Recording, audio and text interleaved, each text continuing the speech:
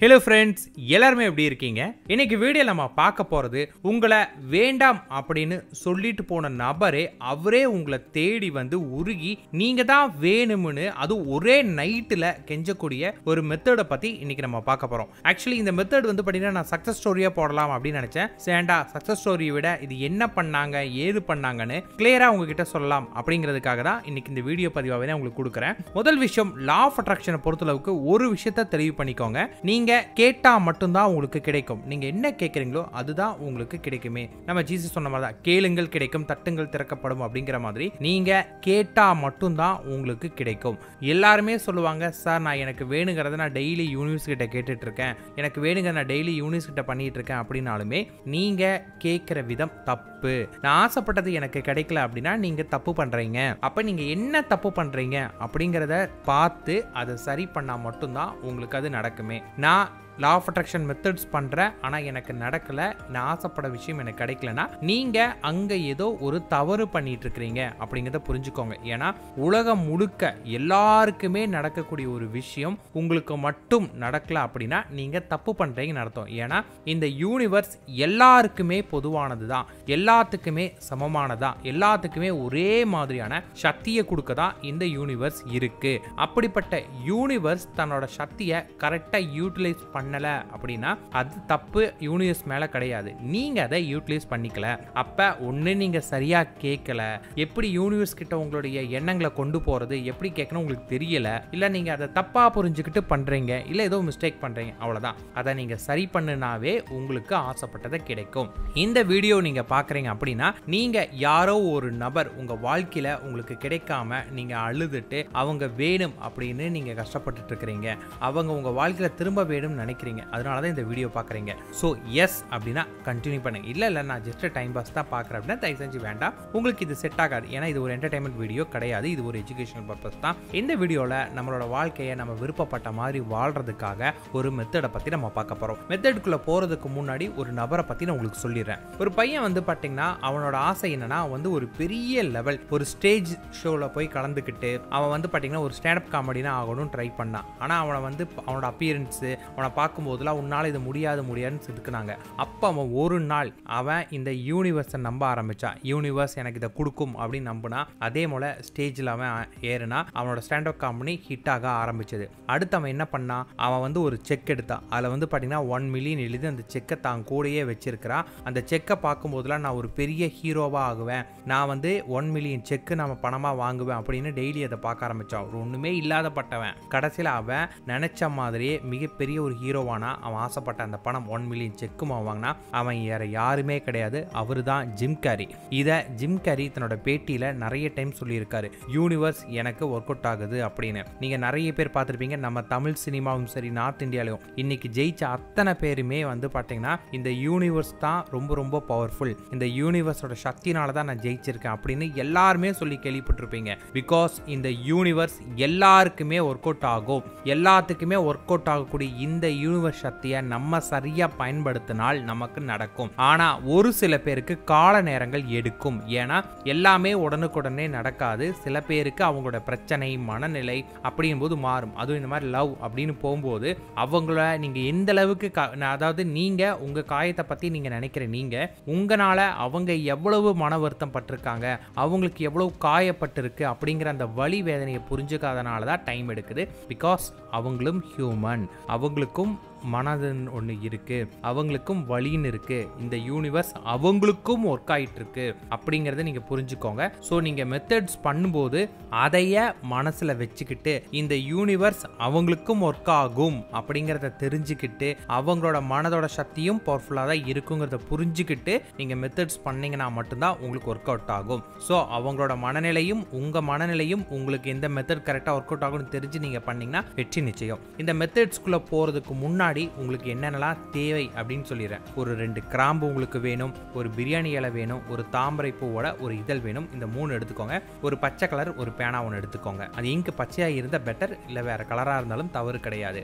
இதை நீங்கள் என்னைக்கு வேணாலும் பண்ணலாம், நைட் டைமில் தான் நீங்கள் பண்ணணும். நீங்கள் பண்ணும்போது கொஞ்சம் குளிச்சுட்டு பண்ணிங்கன்னா ரெஃப்ரெஷிங்காக உங்களுக்கு இருக்கும். அது பண்ண பிறகு நீங்கள் படு தூங்கிடணும். அதுக்காக அடுத்தது இதை பண்ணக்கூடியவங்க எல்லாருமே நம்பிக்கையோட பண்ணக்கூடிய யாராக இருந்தாலும் நடக்கும். நான் ஆசைப்படக்கூடியது எனக்கு இந்த யூனிவர்ஸ் தரும் அப்படின்னு எதுவா இருந்தாலும் நீங்க ஒரு செலிபிரிட்டியை லவ் பண்றீங்க, எனக்கு செலிபிரிட்டி கிடைக்கணும் அப்படின்னு நினைச்சீங்கனாலும் இதை நீங்க பண்ணுங்க. ஏன்னா நீங்க இதை பண்ணிட்டு தொடர்ந்து நீங்க முயற்சி பண்ணீங்கன்னா நீங்க ஆசைப்படுற செலிபிரிட்டியும் கூட உங்களால கல்யாணம் பண்ண முடியும். இல்ல நீங்க ஒரு செலிபிரிட்டி ஆகணும்னு நினைக்கிறீங்களா, நம்பிக்கையோட பண்ணுங்க, நீங்களே ஒரு செலிபிரிட்டி ஆவீங்க. எதுவானாலும் இதை நாட்டா லவ்க்காக மட்டும் கிடையாது, எதுக்கு வேணாலும் நீங்க பண்ணலாம். அதனால இதை புரிஞ்சுக்கிட்டு நான் சொல்றதை ஃபாலோ பண்ணிக்கோங்க. இதை எந்த நாள் இரவு வேணாலும் பண்ணலாம். எப்ப பண்ணும் அப்படின்னு கேட்டீங்கன்னா நல்லா குளிச்சுட்டு உடல் மற்றும் மனசுத்தத்தோட ஒரு தனி ரூம்ல போய் உட்காருங்க. முதல்ல ட்ரெஸ் ரொம்ப தளர்வான ஒரு ட்ரெஸ் போடுங்க. ரொம்ப உடம்பு இறுக்கி பிடிக்கிற மாதிரி ஒரு ட்ரெஸ் வேண்டாம், தளர்வான ஒரு ட்ரெஸ் போட்டுக்கோங்க. நீங்க உட்காரக்கூடிய இடம் அந்த ரூம் வந்து கிளீனா இருக்கிற மாதிரியான ஒரு ரூம் பார்த்துக்கோங்க. அந்த ரூம்ல நல்லா வாசனை வர மாதிரி, அதாவது ஒரு ஊதுபத்தி பற்ற வச்சுக்கோங்க. அந்த நல்லா வாசனையா வர மாதிரி அந்த ஊதுபத்தி பற்ற வச்சுட்டு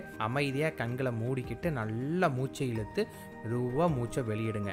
உங்களை ஏன் மூச்சு காற்றை உள்ளே இழுத்து வெளியிட சொல்கிறேன்னா மனம் மேலும் அமைதியாகிறது தான். உங்களுக்கே தெரியும், நான் என் மனசு அமைதியாயிருச்சு, நான் இப்போ வந்து நல்லா ஃப்ரீயாக இருக்கேன், எந்த டைவர்ஷனும் இல்லை, எந்த டிஸ்டர்பும் எனக்கு கிடையாது அப்படிங்கிற ஒரு நிலை உங்களுக்கு வந்த பிறகு அடுத்து நீங்கள் என்ன பண்ணணும் அப்படின்னு கேட்டிங்கன்னா முதல்ல 2 கிராம்பு எடுத்து உங்கள் 2 கடவாப்பால் கிட்ட வச்சு லைட்டாக கடிக்கணும். கடிச்சு அந்த எசன்ஸை லைட்டாக குடிங்க. கிராம்போட எசன்ஸ் உங்களுக்கு போகும்போது என்ன ஆகும் அப்படின்னு கேட்டிங்கன்னா அது வந்து நம்ம மனசை வந்து மேலும் கொஞ்சம் அமைதிப்படுத்தும். வேற எதுக்கும் கிடையாது, கொஞ்சம் மனம் அமைதியான நிலைக்கு வரும். அதன் பிறகு உங்களுக்கு நீங்கள் ஆசைப்பட்ட நபர் உங்களுக்கு கிடைக்காம போகிறதுக்கான காரணங்கள் என்னென்னவோ உங்களுக்கு இருக்கும் இல்லையா, எனக்கு அவங்க இதனால தான் கிடைக்கல, இல்லை என் லைஃப்பில் இந்த நெகட்டிவிட்டி இருக்குது, என் கூட அவங்க இப்படி சண்டை போட்டாங்க, என்னென்னலாம் பிரச்சனை உங்களுக்கு இருக்குதோ நெகட்டிவான விஷயங்கள் இருக்கோ அது எல்லாமே எடுத்து அந்த பிரியாணி இலையில் எழுதுங்க.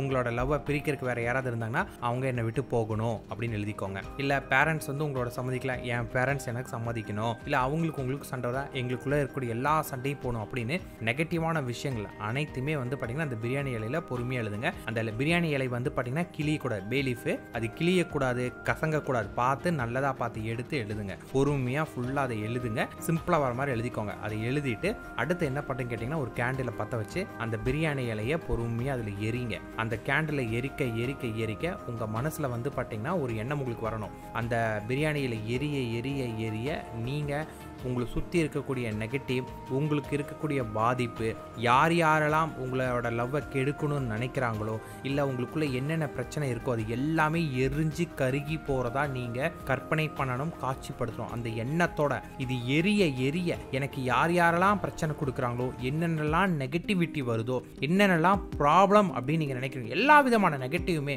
அந்த இலையோட சேர்ந்து எரிஞ்சு போகுது அப்படின்னு அல்ல ஃபுல்லாக அப்படியே எரிச்சிட்டு அதை அப்படியே கீழே போடுங்க. கையை சுட்டுக்காதீங்க, பார்த்து பண்ணுங்க. இது எரிஞ்சு முடியும் போது நீங்க தெளிவான ஒரு நிலைக்கு வந்துட்டீங்க. இது எரிஞ்சதை திருப்பி அப்படியே கற்பனை பண்ணுங்க. உங்ககிட்ட இருக்கக்கூடிய எல்லா கெட்டதையும் நீங்க எரிச்சிட்டீங்க. உங்க மனசுல கூட எல்லா வலிகளையும் நீங்க எரிச்சிட்டீங்க. என்னென்னலாம் உங்களுக்கு பிரச்சனையா இருக்குதோ, எதெல்லாம் அவங்க குறைன்னு சொன்னாங்களோ, எதெல்லாம் அவங்க கிட்ட நீங்க குறைன்னு பாக்குறீங்களோ அது எல்லாத்தையுமே நீங்க எரிச்சிட்டீங்க. இப்ப உங்களுக்கு ஒரு புது வாழ்க்கை உங்களுக்கு கிடைக்க போகுது அப்படிங்கறதுக்காக அந்த தாமரை இதழ் இருக்கு இல்லைங்களா, ஒரு தாமரை பூ எடுத்து ஒரே ஒரு இதழ் மட்டும் எடுத்துட்டு நீங்க ஆசைப்பட்ட லைஃபை உங்ககிட்ட இருக்குன்னு எழுதுங்க. இப்போ ஃபார் எக்ஸாம்பிள் நீங்க ஆசைப்பட்ட நபர் உங்ககிட்ட பேசணும்னா அவரோட பேரு போட்டு நானும் அவரும் சந்தோஷமா ஒன்னா வாழ்ந்துட்டு இருக்கோம் அப்படின்னு எழுதுங்க. அதை எழுதிட்டு அதை அப்படியே பக்கத்துல வச்சுட்டு கண்களை மூடிக்கிட்டு நீங்க என்ன வாழ்க்கை வேணும்னு நினைக்கிறீங்களோ அந்த வாழ்க்கையை வந்து நீங்க கற்பனை பண்ணுங்க.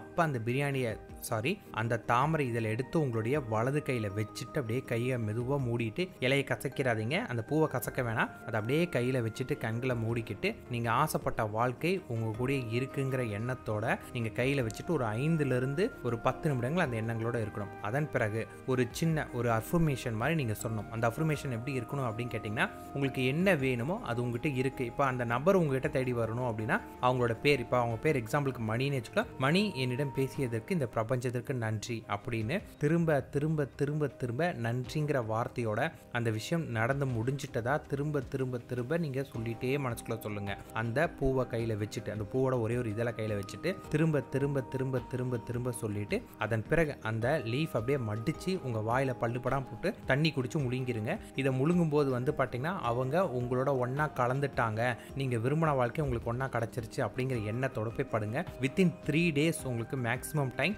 இது வந்து ஒரே நைட்லேயே நடந்துருச்சு, எல்லாருக்கும் அதே மாதிரி நடக்குங்கிற சொல்ல முடியாது. ஆனால் வித்தின் 3 daysக்குள்ளார உங்களுக்கு பாசிட்டிவான ரிசல்ட் கிடைக்கும். நம்பிக்கையோட பண்ணீங்கன்னா ஒரே நைட்லேயே உங்களுக்கு நடந்துடும். அவங்களா உங்ககிட்ட பேசுவாங்க, இல்லை அவங்க சம்மந்தமான உங்களோட பிரச்சனை ரொம்ப பெருசாக இருந்துச்சு இருந்துச்சுன்னா அதற்கான பாசிட்டிவ் ரிசல்ட் கிடைக்கும். நான் சொன்ன விஷயங்கள் புரிஞ்சுக்கோங்க. நெகட்டிவை முதல்ல எலிமினேட் பண்ணிட்டு பிரச்சனைகளை எல்லாத்தையும் அழிச்சிட்டு அதன் பிறகு பண்ணும்போது தான் இது ஒர்க் அவுட் ஆகும். இந்த ஸ்டெப் பை ஸ்டெப் கரெக்டாக ஃபாலோ பண்ணீங்க அப்படின்னா கண்டிப்பாக நீங்கள் ஆசைப்பட்ட வாழ்க்கை, நீங்கள் ஆசைப்பட்ட நபர் உங்களை தேடி வருவார். நீங்கள் ஆசைப்பட்ட வாழ்க்கை உங்களுக்கு கிடைக்கும். அந்த வாழ்க்கை உங்களுக்கு கிடைச்ச பிறகு நல்லா தெரிஞ்சுக்கோங்க, உங்ககிட்ட வந்துட்டாங்க, பேசுனாங்க, அதன் பிறகு பழைய தவறுகளை திரும்ப பண்ணாதீங்க. திரும்ப திரும்ப அதே தப்பா பண்ணிக்கிட்டு அதை ஒரு பிரச்சனையாக பண்ணாமல் கிடைத்த வாழ்க்கையை சந்தோஷமாக வாழுங்கள். All the best friends.